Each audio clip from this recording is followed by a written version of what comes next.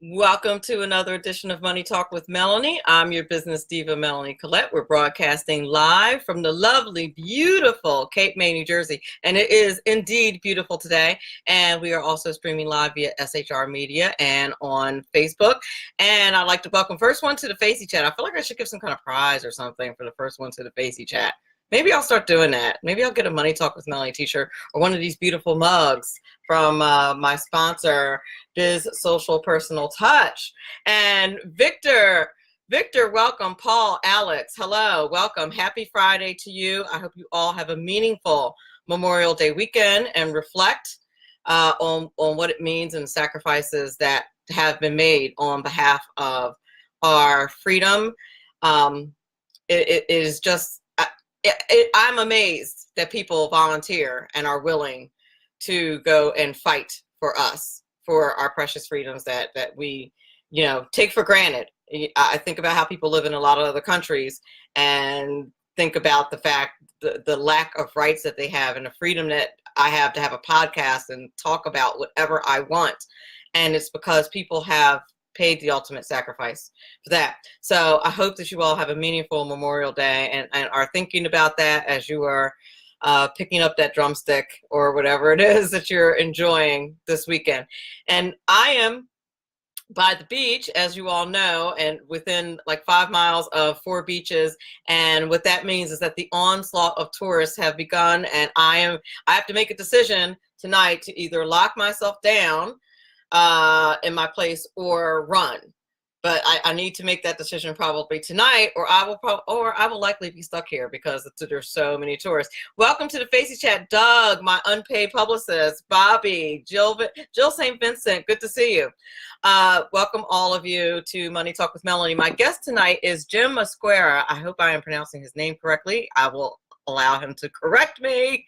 I ask him to correct me once I bring him on the show if I am incorrect. He's a consultant and author, and he's going to talk to us about his book, Escaping Oz, An Observer's Reflection. Now, I know that's an odd title. You're like, what in the world is that about? Why is she having him on the show?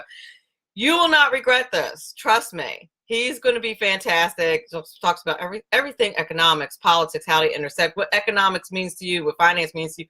I'm excited about having this guy on the show. And if you are not familiar with his books, I believe this is his third in a series of Escaping Oz and Observer's Reflections. I'm going to post a link so that you guys can take a look. If you were listening via the Facey Chat, I'm going to post a link because the book is indeed sold on Amazon. So I'm going to post a link right there because you can look at the first few pages and all that good stuff. I would definitely check that out. But when I started reading some of the book, I was like, oh, my audience is going to love this guy. And so I think it's going to be an interesting interview, and I'm super duper excited about that. Unfortunately, the show is only going to be 1 hour tonight because my second guest had to cancel. I want to be totally mad and upset about that. I do. I want to be devastated. But you all know what I do for a living, right? You know that I teach teenagers financial literacy all day. Kim Sharp, welcome to the Facey Chat. Susan Tui. Jim is in the Facey Chat.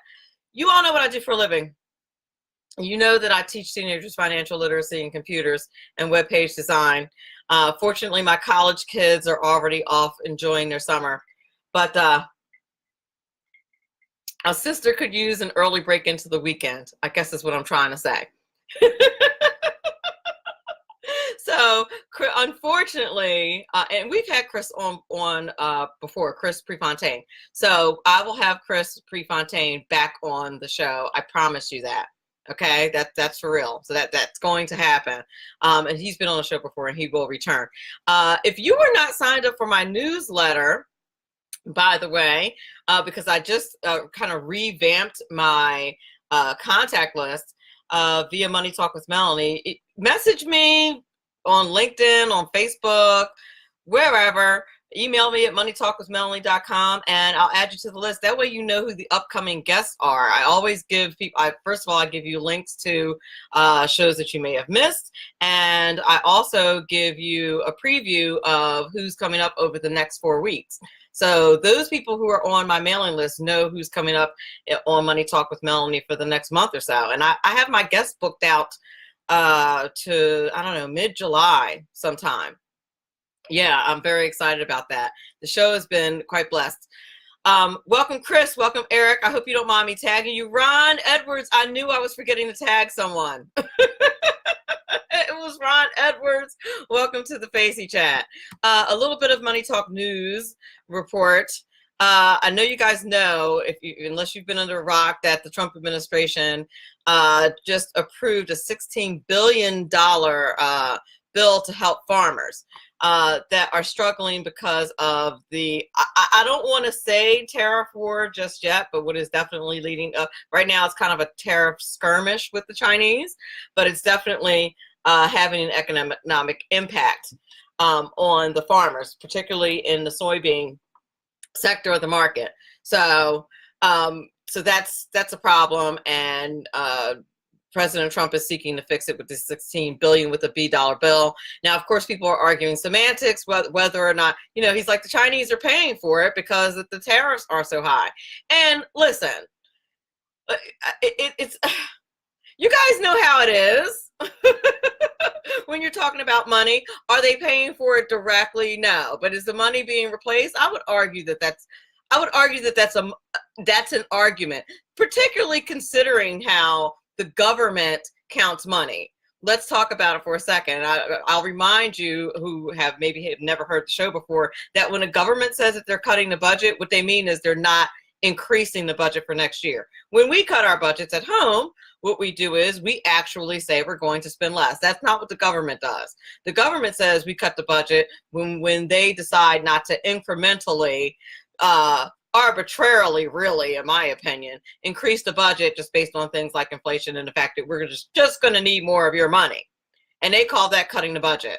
So, if this is the kind of buffoonery and magic trickery that the government uses to count money, I think that Donald Trump is well within, and Jim might disagree with me, but not from a technical sense, not from a technical financial CPA kind of sense, but from a philosophical perspective, I think we can say the Chinese are paying for it.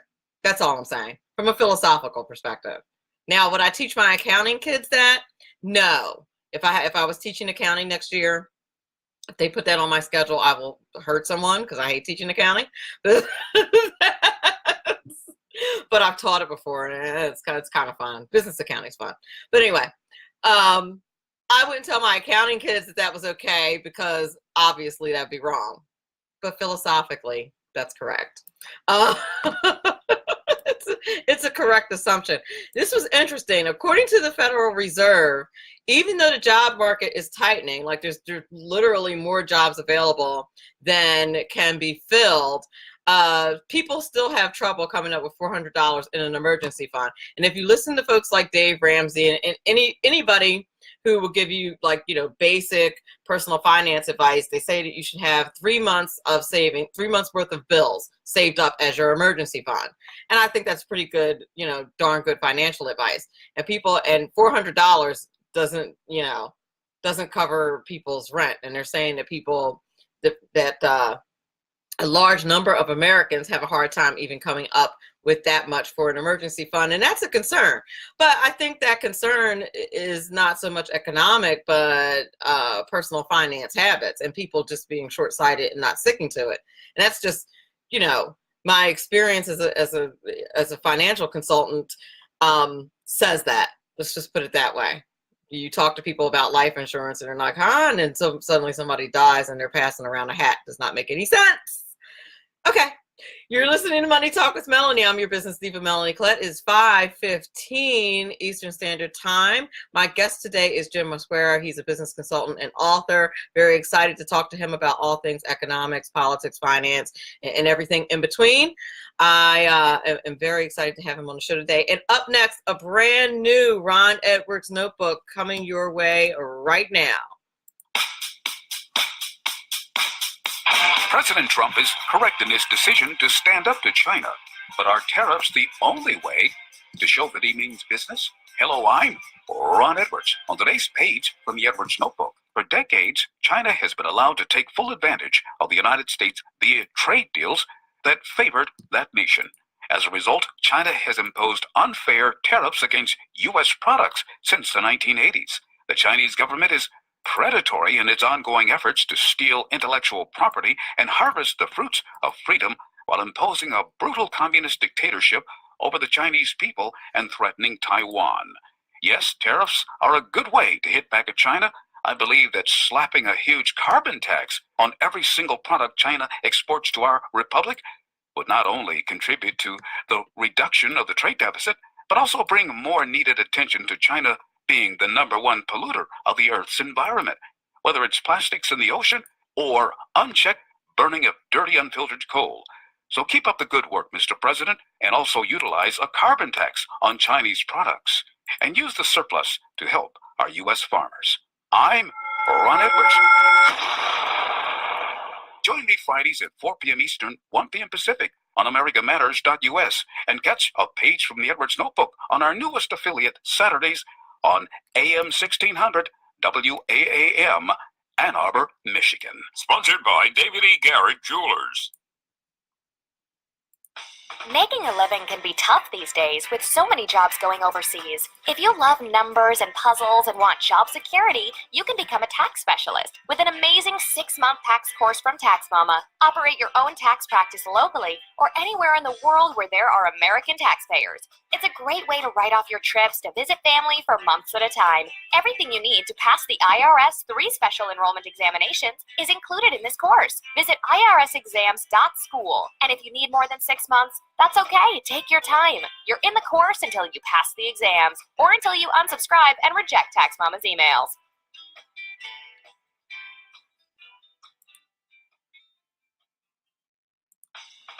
Right now, you can get the credit you deserve. Just visit MrCreditRepair.biz. Let their expert credit repair specialist remove late payments, charge-offs, collections, even old bankruptcies fast and easy. That's MrCreditRepair.biz. Why go anyplace else? Increase your credit score today. At Mr. Credit, you always get a quality service, all at our everyday discounted price. Stop getting turned down for cars, credit cards, or even new homes. Visit MrCreditRepair.biz today. That's MrCreditRepair.biz. Your credit repair is our #1 priority.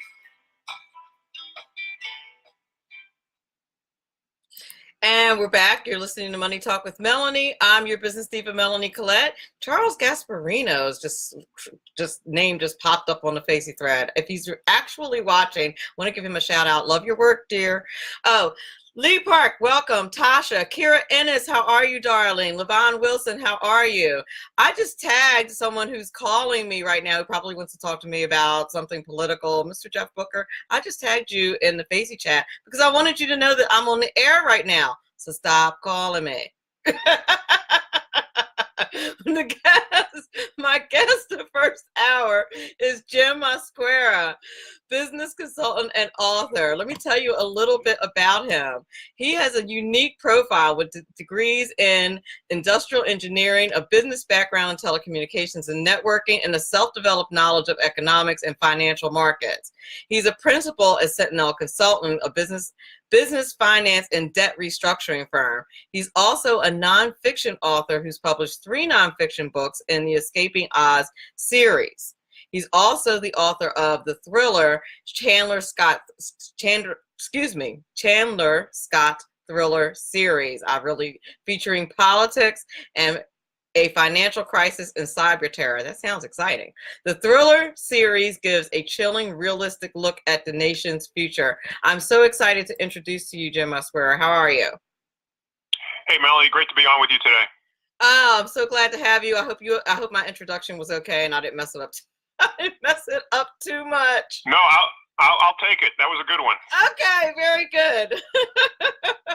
Excellent. Well, listen, is there anything that I left out of your profile or your bio that you'd like to tell the audience? Well, one thing that I tell people, it's like one of those things, something that you don't know about me is I'm originally not from the United States. I'm from the Republic of Panama, which is that country that connects Central America to South America. Nice. Very nice. All right. They don't typically put that in the bio, do they? So are No, and like I said, that's one of those icebreaker questions. When they ask you, what's something that we would know, what we don't know about you that you think might be interesting? And to follow that up, my first language that I ever spoke that came out of my mouth that was intelligible was actually Spanish and not English.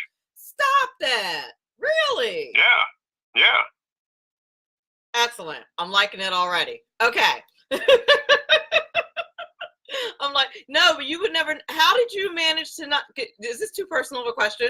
How did you manage not? No, to have I mean, what happens is if you learn a language at an early enough age, I think it kind of gets rid of the accent. And that's one thing that I guess an advantage that I had was learn Spanish first, obviously, so that's my native language, but I learned English at a young enough age to where it really flattened out any semblance of an accent. And I don't think, I mean, I've been told this as well, I don't have much of an accent in Spanish either. So I'm actually, I think I have a pretty flat accent in both languages. That's amazing.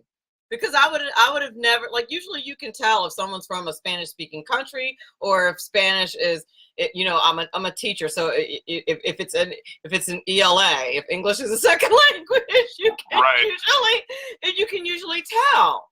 But I can't tell at all, and I don't know if that's wow, that's amazing that you were able to do that. Okay, I want to talk about one of the first of all, let's talk about the Escaping Oz series and the title of Escaping Oz, because the Escaping Oz and Observer's Reflection is the third of 3 books. So I want to talk about Escaping Oz conceptually, because I think that's an important point before we get into the other really interesting topics, like who's more financially savvy, men or women, or something like that. Okay. So talk about that, please. Well, the premise of Escaping Oz, and as you mentioned, Escaping Oz and Observer's Reflections is the third book in the series. I started with the premise that we, as I'll call ourselves, economic animals, have been transported to this financial land of Oz. I don't want the readers or your listeners to think that necessarily that there's like a really, really strong relationship between things that I wrote about in the Escaping Oz series and the Wizard of Oz characters. There are some notions that I try to draw some parallels between things that have occurred and things in the Wizard of Oz. But if you know the story of the Wizard of Oz, well, what happened? Dorothy gets swept up with Toto in a tornado, and she ends up in this magical land. And what I try to liken is that us as an economy, we've kind of been swept up, and you could argue when the tornado actually occurred and when we got catapulted to the land of Oz. But we eventually kept following the Yellow Brick Road, and if you remember what happened in the Wizard of Oz movie, when Toto, when the wizard was presented to Dorothy, he was this very powerful character that was just billowing smoke and fire and had this deep voice, and obviously was a very intimidating character. And the wizards, if you will, in my books, are people that are in charge of that, let's say, guide our financial markets and the economy. And more often than not, it falls within the realm of people that are involved in central banking in the United States, Federal Reserve Bank, in Europe, obviously European Central Bank, you've got Bank of England. Any central bank entity would fall within the realm of the wizards. You also have people within government. So the parallel, the metaphor, if you will, of the wizard in the Wizard of Oz is these very powerful beings. And for us as just general consumers, that's how we tend to view these entities in government, and especially in the Federal Reserve and the central bankers. But if you remember in the movie, what did Toto do towards the end of the movie? He pulled back the curtain. And then when he pulled back the curtain, the person that was revealed was an ordinary man. And that's what the wizard actually told Dorothy. I'm just an ordinary man. He was sitting behind this curtain, pulling levers and pushing buttons and creating, this theater. And that's what I want to try to convey within the series of books, is that we have conveyed a certain amount of power to people that operate within the boundaries of central banking. And if you remember back in the days of the Maestro, as Alan Greenspan was called, and after that, you had Ben Bernanke, every time that someone from the Federal Reserve, particularly the chairman, would testify before Congress, a lot of it was very unintelligible. And, people were just sitting there, investors, the investing community, Wall Street was sitting there with bated breath, just waiting to see what the Grand Wizard would say. And I bring up an example in the book that you featured earlier, was that when Alan Greenspan proposed to his girlfriend at the time, and she's a very well-known TV personality by the name of Andrea Mitchell, who works for NBC. Yes. His proposal to her was so convoluted that she did not realize that he was proposing to her. Now think about that for a second. When a man's proposing to a woman, it shouldn't come as, you shouldn't have to interpret the proposal, right? It either is or is not. And that is something that I actually took from a book that was written by Bob Woodward called Maestro. And so the point that I made in this last book was that imagine if you have a central bank chairman who's proposing to his girlfriend, and even she didn't understand what he was talking about. That's the sort of language sometimes that tends to come out of the Federal Reserve, that then people have to deign what it is that they're talking about. The financial markets then try to make an interpretation, and then we look at keywords like the word patient that they've been using recently. Well, what does patient mean? And so there's definitions that get spun around that. So if you just look at the whole Escaping Oz series, it's kind of pulling back the curtain. And by the way, toto, the word toto is actually Latin for everybody or all, and then that's what I want people to do. I want my books to allow you to pull back the curtain, look at the wizard, see all the buttons that are being pushed and the levers that are being pulled, and understand really what's going on. And it's not, these people have been, accorded these special powers, at least we have, and we think that they operate kind of like sprinkling fairy dust on the economy, and that's not really what happens. Oh my goodness, you said a mouthful there.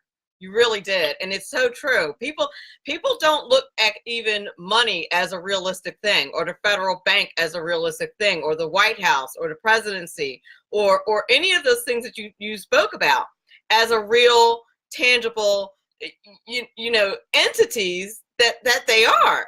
Like that the Fed is an actual organization and group of people. Privately owned, by the way, scary. Right. But that's all. And you're like, wait a minute, wait. For those of you who are listening to this via download, or you're listening to the show live, and you heard me just say that the Federal Reserve is privately owned, and you're scratching your head saying, I don't know what I'm talking about. Yes, I know what I'm talking about. That is absolutely true. And yeah, it's scary. Why? And again, that's the general theme of the books, which is to convey information, to again pull back the curtain, because that's what Toto did, and Toto is everybody, and I want everybody. I mean, obviously not everybody, but I'd like a lot of people to read the book so they understand it.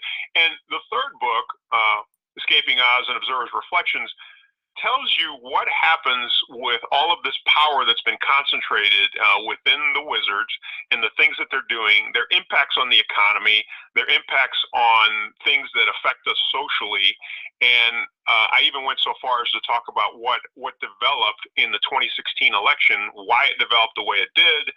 I actually talked about, in my first book that came out in 2010, how you would see not necessarily third parties that would come out, but you would see people that would have, third party like characteristics about them, and that they would appear in politics. And that was a byproduct, if you will, of the intervention in the economy, again, by the wizards, and some of the, let's say, social and economic imbalances that occurred. And that's why today, and actually I'll just go back to 2016. In 2016, I identified 3 candidates that were running for president that did not fit any of the particular political molds within either the Democratic Party or the Republican Party. And the 3 candidates were Dr. Ben Carson, who people probably don't remember, but he actually led in some of the early polls when that group of 16 Republicans assembled, I guess, to run for president. The second one was Bernie Sanders, who, as you know, he caucuses with the Democrats, is considered an independent, right, but he declares himself to be a democratic socialist. And then the third candidate, if you will, was the current 45th president of the United States, who didn't fit in any particular mold either. And it's something that still kind of puzzles me, how I think a lot of the journalists in this country have tried to identify him really strongly with the Republican Party. And I think honestly that's not something that he's had like particular allegiance to. I mean, he's a businessman. Exactly. I think he's a lot more pragmatic than I think people really give him credit for. And if you go back into the psychology of who he is and so forth, and I understand that he obviously is a very, very controversial character, but getting back to my point, those three candidates that I just identified were byproducts of what has been occurring. I could start it out maybe around 1971. They materialized because the electorate wanted it. They weren't being listened to by either party, if you will, and that's why you see, Donald Trump that didn't fit into the Republican mold real well. Remember, in 2016, we had a movement within the Republican Party that was called what? Never Trump. The Republican Party himself didn't want it. Bernie Sanders is not, particularly liked by the Democratic Party. How do we know that? Because we saw what happened in 2016 with the DNC. Very likely he might have been the nominee. And what would have happened if you would have had a Bernie Sanders versus a Donald Trump runoff in 2016? That would have been a very interesting outcome. And it's an outcome that potentially may happen in 2020. So all of these things that you see now socially and politically are a direct result of what has occurred, financially and economically over, say, the last 45 to 50 years. I couldn't agree with you more. I was reading over like the first part of your book as I was doing show prep today, and I was like, if I didn't know that this was coming from a pragmatic perspective, I would think you were borderline prophetic. But it really is. Well, I'm serious. But it's really. Here's one thing that I like to tell people is, when people ask me, well, are you a conservative or liberal, Democrat, and so forth, and I tell them that in fact, I don't identify with any party. I'm not registered in any party. But when you read my bio, I think you mentioned that I have degrees in engineering, and I think what's important about that is, engineers by nature, they try to solve problems. I mean, that's how I was trained. It's like, okay, there's a problem, you got to solve it. And in my particular case, it was more focused on solving business problems. But over the course of time, as I got more familiar with the financial markets and really taught myself, which I think was important because it allowed me to kind of guide my knowledge base where I wanted to, not necessarily where a textbook would guide me. I realized that there were some root causes, if you will, to a lot of the things that we struggle with today. And until we really address those root causes, you're going to continue to see a spiral, if you will, towards, more and more economic and financial problems, which invariably, it's almost impossible to separate those from social problems. And that's why in my books, in the three books, I always talk about the intersection of politics and economics, because you can't separate them. Oh, no, I completely agree. And I saw that you were an engineer. And as I was reading the portion of your book that I read, I was like, yep, I can see that now. My bestie is an engineer, and she happens to be the president of the organization I was telling you about off air, pre-production. And yes, the way she does things is very, problem solving, get it done, without all the, that's an engineer's, she's a chemical engineer. So, if she doesn't get her stuff right, stuff blows up. So it's a problem. So, but that engineering mind, I actually have there's another woman that's in the leadership in an organization that's also an engineer, different type of engineer, civil engineer, I think. And same thing, the way you all's mind thinks, that I could see it in the book, and even just the way you analyze and just broke down the Wizard of Oz and drew those parallels, I thought was very important and very apt too to the way the entire thing works. Quite honestly. Well, and I think that what's also important about my books that I hope people read and realize is that they don't have any particular any political slant to them. No. And I think that's important because I don't want somebody to start reading one of my books and say, oh, well, he's just, and then, you fill in the blank with whatever political identification they want to label me with. And hopefully when you read it, you see that it's very objectively written. It's meant to address some root causes, and it tells you why certain things are occurring. And, I watch national news every day. I see what happens on Fox News. I see what happens on CNN. I mean, I actually do watch both of them because it's important for me to kind of see what both sides are saying. And there's many times that I wish I was on either network and say, no, I mean, what you're saying here is not accurate, right, and it's not objective. And that's why, when you read the opening of Escaping Oz and Observer's Reflections, I say that, the American society has no political center, that we've got a political distribution that looks like a camel's humps. You know, you got Yes. a hump on the left and a hump on the right and a little baby bump in the middle.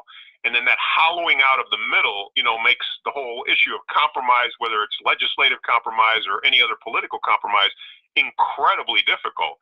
And it's that middle, because that middle is hollowed out, that's where the objectivity is reached. And the other thing I mentioned in my book, which maybe we'll get into a little bit later in the interview, is when we identify political parties today, you know, we think, okay, conservative and liberal, and you know, my contention is that, you know, the way we use the word liberal today is incredibly different as to how it was originally defined. And I actually I put a book trailer together for this book, and I show you a political spectrum, and I say, you know, over here on one end is what I'll call complete anarchy, which means that nobody's in charge of anything.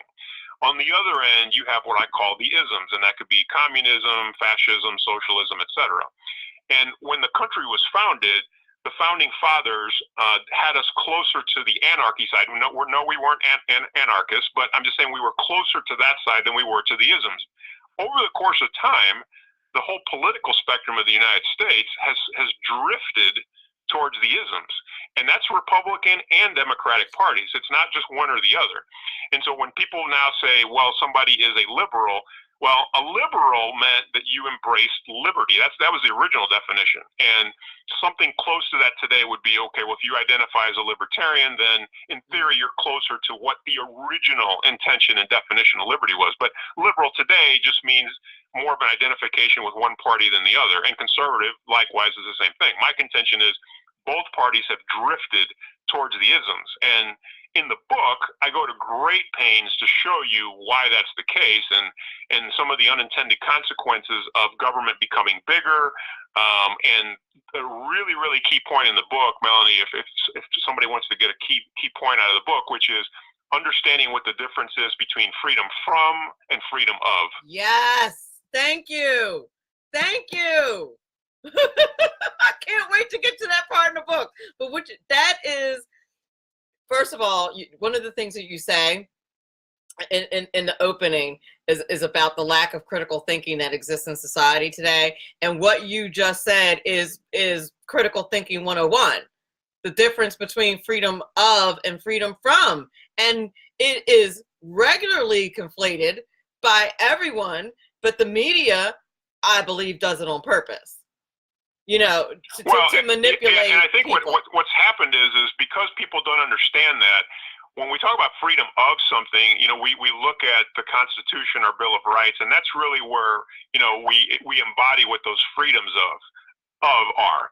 What's happened over time, and probably one identifying point that just immediately comes to mind is if you listen to some of the speeches that Franklin Delano Roosevelt, FDR, made during his time in office, you start to hear the term freedom from. Well, once you start to, espouse freedom from, it automatically means that somebody has to provide that freedom. In other words, it's not the inalienable freedom that is guaranteed by us within the Constitution, that in theory is, handed, well, let me just leave it at that. When you talk about freedom from, it means that there's an entity that has to be able to provide that freedom. And FDR talked about, a certain freedom from want. Well, that's not what the Constitution talked about. The Constitution talked about you having freedom of speech, freedom of religion, freedom of assembly, and those other things that are ensconced within the Bill of Rights. Well, when you talk about freedom from, it means something totally different. And in order to guarantee or provide those freedom froms, it inevitably means that the government, at whatever level you want to call it, whether it's federal, state, or local, has to provide that for you. Well, government can't do that for free, which means that as taxpayers, we are more greatly burdened, or as future taxpayers and residents of this country, you have further debt that you have to be associated with. And every time that you ask for freedom from, government's always very eager to provide it for you, as well as politicians. It costs money. It costs money to do that. You've got to create a bureaucracy to handle that freedom from that you're going to be providing. More than likely, at a federal level, you don't have the money to do that, so you have to borrow it. And then the last thing that I want to mention is that there are always unintended consequences associated with providing that freedom from. And then we don't realize that it was an association with providing the freedom from, so we create more legislation to try to redress what we created initially. And then it becomes a cycle, right? And it's a never-ending cycle. And that's why, it's very, very difficult to ever envision that you're going to, the whole notion of a balanced budget, and you were talking about that earlier about, what it means when government decreases, it's really, it's a reduction in the rate of acceleration. Right.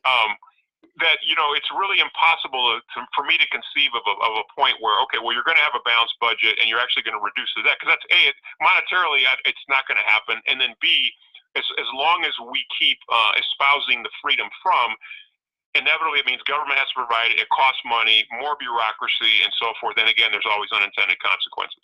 Indeed, I will tell you. I have a business undergraduate degree and a master's. My master's is in public administration, and my undergrad is in business. Right, and the two types of budgeting are different. So when you learn public budgeting and public administration, they budget with a deficit. I wanted to scream. I literally had a project where I built a budget with the assumption that I was going to spend more than I was taking in. I was livid. I was livid. I didn't even know how to handle it. I'm like, why? I don't understand why we're doing this. Why are we doing this? And that's a great point you bring up, because if you did that, let's say at a state or local level, you don't have the same means of, I'll use the word money printing loosely, but you don't have the same means of money printing that they do at the federal level. Right. I'll give you a real personal example right now. I submitted my taxes for state and federal right around mid-March, if you will. I got my federal refund, maybe about a week, 10 days later. I still do not have my state refund. Okay, now I live in the state of Missouri. That shows you what happens, with cash flow on a state level, which again, their ability to raise capital in the capital markets, in this case the debt markets, very, very different than what the federal government can do. And because the federal government can raise capital in such a I'll just use a frictionless manner, it always allows for right now we're not operating under any sort of debt ceiling, right? We had a debt ceiling and then they lifted it, and so now there is no debt ceiling. And so the whole notion of the debt ceiling is really sort of funny, because it's nothing that really means anything, and this could go on to another discussion about how the federal debt, the fact that it's $22 trillion and growing, really has no upper bound to it right now that's set forth either by our monetary system or any sort of fiscal discipline on the part of politicians. Fiscal discipline. What's that? The debt ceiling is I swear, it's like the dad who has a 16-year-old daughter who keeps asking for their credit card to get extended, and he swears that this is going to be the last time, little girl. And then sure enough, she overspends and comes back and says, "Daddy, I need more money." He says, "Okay, I'll lift your credit card availability another few $1,000s." It's ridiculous.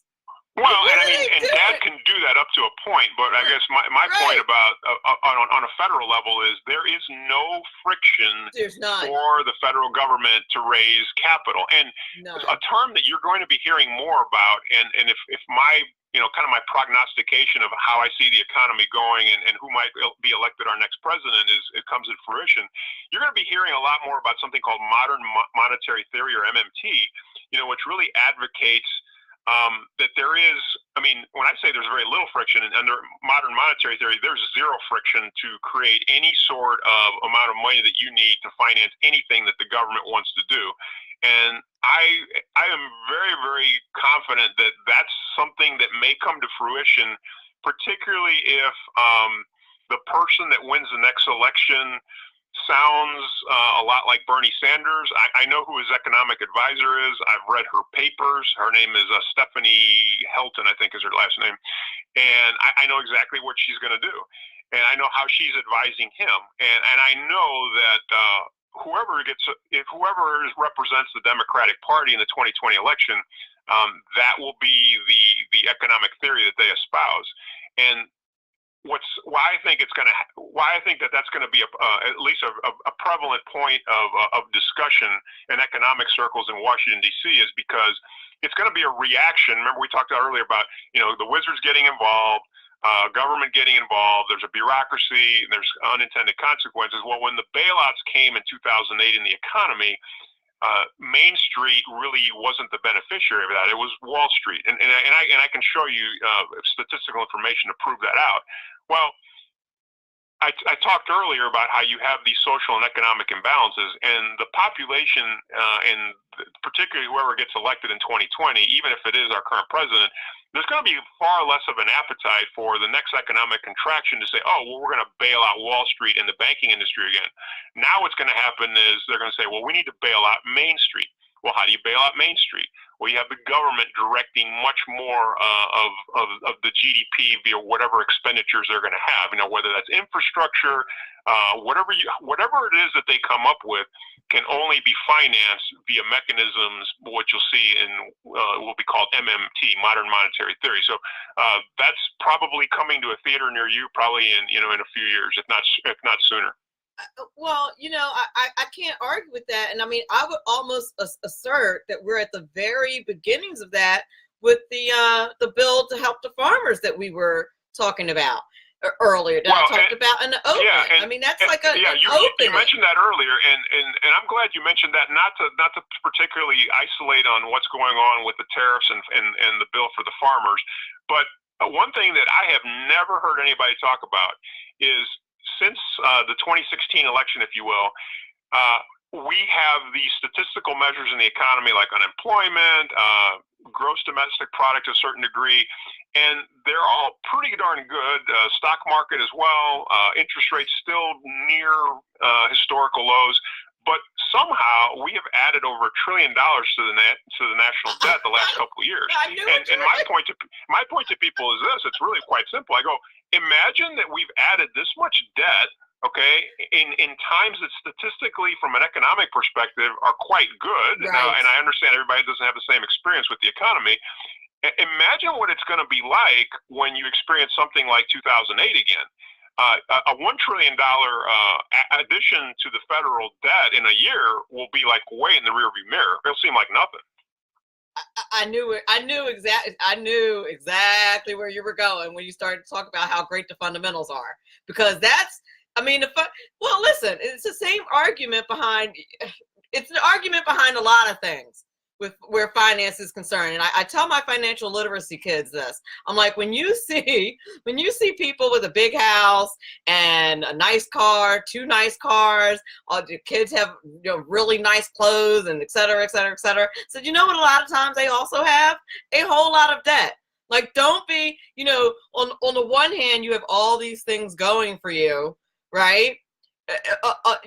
Aesthetically speaking, and I'm not saying that the economy's not in good shape, but that debt issue is a serious issue that needs to be addressed, is all I'm saying. And that you can't, just because you have things and things are comfortable, doesn't mean that you can ignore the debt. And it's very similar with our economy. Like, that's going to need to be addressed at some point. Yeah, and when I wrote my fictional series, you mentioned it earlier in the intro, it's called the Chandler Scott Thriller series. The first book is actually called 2020, which basically is framed around the U.S. presidential election of the year 2020. That's why I called it that. The backdrop for those books really is financial crisis. And again, what happens from a political perspective when you have the next financial crisis? You've got cyber terrorists creating havoc. And by the way, I don't mean Russian hackers. That's not what I mean. It's something much more pernicious, if you will, than what you've heard about in the news. Much more impactful. And kind of what happens, when you have those conditions for a presidential election. What happens when you have people running for president that have a legitimate chance to win that aren't called Republicans and Democrats? I created 2 political parties in my first book. One of them I called the Theocracy Party, and the other one I called the Independent American Party. And these representatives of those parties in that election, which I won't give away the book, but I mean, they poll very, very strongly in the final tally. And then again, it just shows, I wanted to show people, what happens with these economic conditions, how people react socially, and again, there's a story around it, right? And then what happens with the election, and the main character, the protagonist, is a journalist, so he's investigating things, and then he discovers things, and how does he reveal that information to the general public? Should he reveal it? So it's a very interesting look. It's not dystopian at all, and it's not real far into the future. And it's actually very, very close to where we are in time right now. But it's to give people a kind of a dramatic view of what could happen in a country when these things continue to evolve the way they've evolving. And they certainly can. I have a cybersecurity expert that comes on regularly, and occasionally we talk about things that are going on with AI and things that are going on in the financial situation. But we talk, of course, a lot about cybersecurity in countries and our security as far as, the 5G network that's coming out and the issues with China and that technology and them stealing, but also EMTs. If that were to, we don't have any infrastructure to protect ourselves from an electromagnetic incident. And the first thing that would be affected would be our money. The cyber hacks that I have, and this is something really important I want your listeners to understand about my novel series, is that the battle, if you will, the conflict, the tension isn't the United States versus China, the United States versus Russia. This is the United States versus the United States. They're all very, very strong internal conflicts. And some of the cyber terrors and some of the cyber hacking that you see, particularly in the second book in the series, will blow you away. I mean, you'll think, wow, can that really happen? In some cases, yes. Because I did a lot of research on it, and I have a technology background. In some cases, it's just a little bit in the future. So it really shows you, how the surveillance state can change. And obviously, there's a lot of discussion right now about surveillance based on, what happened in the 2016 election and Attorney General Barr and declassification of documents and so forth. But I'm actually taking this to another level, and it is showing you how the surveillance state would work. Not looking at a presidential election, but how it would affect everybody on a day-to-day basis. And it really is quite chilling. Well, I mean, Orwell, hit that nail on that head, really well. But if you even think about, the Amazon Echo, which everybody calls the Alexa, but it's called the Amazon Echo. I try to remind people it's the Echo. The voice prompt is Alexa. but Amazon did that on purpose, so now everybody says it's the Alexa. But think about how much data it records, and think about the fact that there's so many words that you're afraid to use. I'm in education, and I mentioned to you off air that I'm a card carrying, conservative Republican who happens to also be an educator and adjunct professor because I like to keep my life interesting, and but there's certain words that you're not, allowed to say. Like when I say God bless you, I cringe to one of my kids when they sneeze. I cringe because I know like the day is going to come when somebody's going to be offended that I say God bless you, because they know that I'm a Christian. There was a big article about it in my regional paper. My picture was in it. So like if they didn't know, they know for doggone sure now about it. But seriously, there's words that you are not able to say, and what I'm saying about that is, from a security perspective, from a data perspective, all the things that they're collecting from us. When are we going to get to the point where they're monitoring us through the Amazon Echo, and which is the concern of my cybersecurity expert and other means? We have the facial recognition. When are they going to start using that kind of thing against us? And my guess is that your book probably centers around something to that effect. Well, I mean, the first book, the backdrop of it, and when you look at the book trailer, you see these eyes, these big giant eyes that are peering out, and the dialogue a lot of times may involve people talking on the phone, and they basically are saying, hey, you know what, let's not talk on the phone anymore, because we know that there's always somebody listening.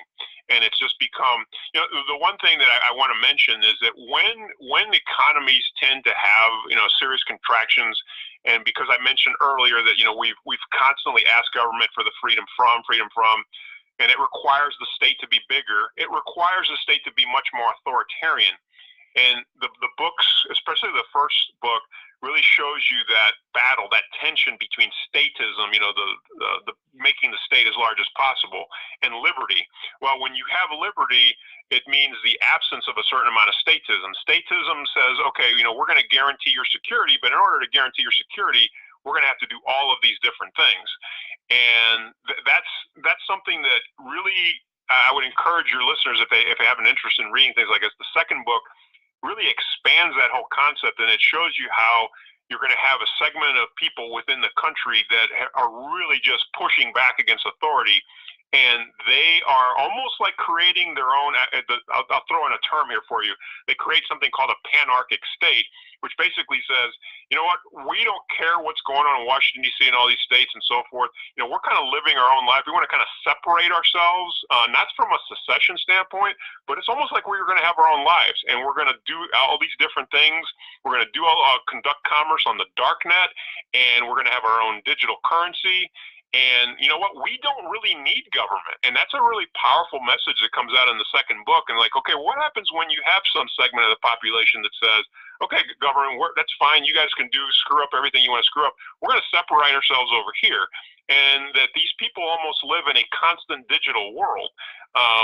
Anyway, just some very interesting things to explore. Yeah, I'm thinking about what you're saying. I'm thinking, I bet that's where Bitcoin ultimately is going to end up, on the dark net. And the only people who are going to end up using it are Well, I actually created because I do some talks on cryptocurrencies and so forth. Right. I created a digital currency that I call DigiNote. And you see people within government, within my book, they're constantly trying to battle. It's like, well, how do we stop these people? Right. Because they're, because they have this underground economy, so we can't tax it. We don't know what's going on. I've made the state even bigger in the first book. They're trying to exert more control over the economy, so they're trying to figure out how to stop these people. And it's going to be hard to stop because this is all occurring over the internet. Well, if you shut down the internet, you're going to shut down a lot of the economy anyway. So you'll see that in the books, that just some different ideas that get discussed and how you deal with it. Indeed. Well, listen, this hour has been fantastic. Thank you so much. Very, very informative, as I knew it would be, because you're just simply brilliant. I don't know if you were still in the Facey chat, but at one point I typed, "This guy is really, really smart." I saw that. Yeah, thank you very much. It was like, he is brilliant. Yes, indeed. Thank you. Well, where can we buy your books and any other information that you want to let our audience know, how we can follow you on social media, anything like that? I would direct people to my author site, which is jimmosquera.com, JIMMOSQUERA.com. From there, you'll see my nonfiction book series and my fiction book series. You can click into each one of the books, and then you can see I've created a book trailers for all the books, or actually most of the books, not all of them. The 4 of the books are available on audio as well. So for those that don't like to read and would rather listen to the book, I've recorded them on audio as well. And just go from there, and you'll find the book's available on Amazon, Barnes & Noble, and some of the other outlets as well. Excellent. I cannot thank you enough for being on Money Talk with Melanie today. I'm sure my audience totally enjoyed it. They were making all kinds of comments, which I'm sure you saw in the Facey chat. Thank you. That was just awesome. That was just wonderful. Well, great. I'd love to be on your show again. It was a really good hour. I'd love to have you, because we didn't even talk about some of the other stuff that I wanted to talk about. We have a lot to talk about. Katina Person says she's going to buy the book. She's a regular fan of the show, and she said she's going to buy the book. She was one of the people who was definitely commenting in the Facebook chat. But yes, just brilliant commentary. You just know so much. You read like every book anyway. You did a fantastic job, and I surely hope you come back. Well, thank you very much. Thanks for having me on. Indeed. You're listening to Money Talk with Melanie. I'm your business diva, Melanie Collette. That was our guest, Jim Mosquera, a business consultant and author. Pick up his book, Escaping Oz, An Observer's Reflection. That is the 3rd in the series of Escaping Oz books. I'm going to have to pick. I feel like I want to pick all 3 up and binge read all of them this weekend, because I will bet that I will learn like 10 billion things that I didn't know about the economy. And I think I know a lot about the economy already. But anyway, and by the by, I just want to mention real quick before I go that I have a couple of comments in a new press release from Project 21. I'm going to post that in the Facey chat if you guys want to check that out. That's on President Trump's, I meant to mention it earlier, on President Trump's new immigration policy. So I'll post that in the Facey chat. I want to thank you all for listening, all of you in the Facey chat, all of you out there in SHR Media Land. If you're listening to this via a download on iTunes or any of the other wonderful podcast platforms, I thank you very much for listening.